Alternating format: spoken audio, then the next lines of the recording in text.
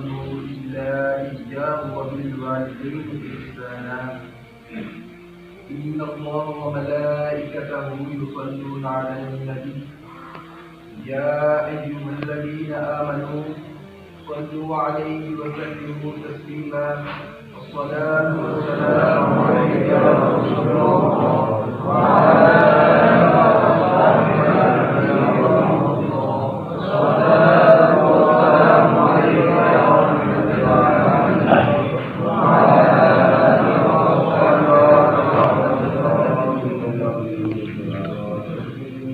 اللہ تعالیٰ نے قرآن مجید کے اندر ارشاد فرمایا وَقَضَىٰ رَبُّكَ أَلَّا تَعْبُدُوا إِلَّا إِيَّاهُ وَبِالْوَالِدَيْنِ إِحْسَانًا۔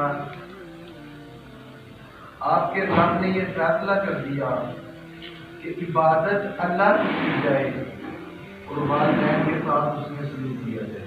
سبحان اللہ۔ ابھی یہاں غور والی بات یہ ہے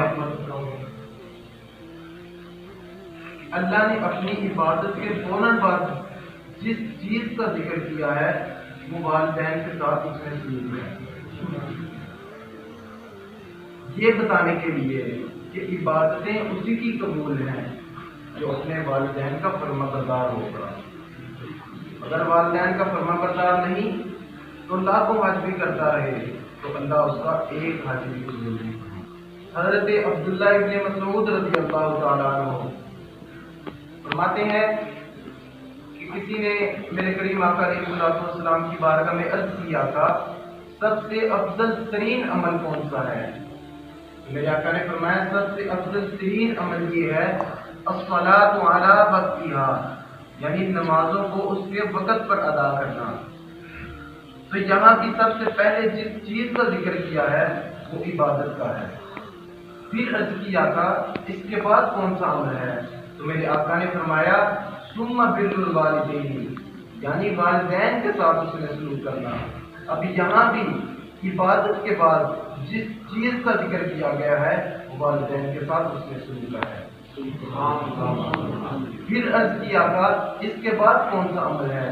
تو میرے آقا نے فرمایا ثم الجہاد فی سبیل اللہ، یعنی اللہ کی راہ میں جہاد کرنا۔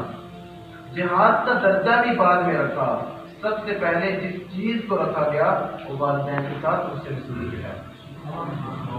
ان ابی امامہ رضی اللہ تعالی عنہ ان رجلا قال یا رسول اللہ ما حق الوالدین علی ولدها قال هما جنتک ونارک۔ حضرت ابو امامہ رضی اللہ تعالی عنہ روایت کرتے ہیں کہ میرے کریم آقا علیہ السلام کی بارگاہ میں کسی نے عرض کیا تھا والدین کے اولاد پر کیا حقوق ہیں؟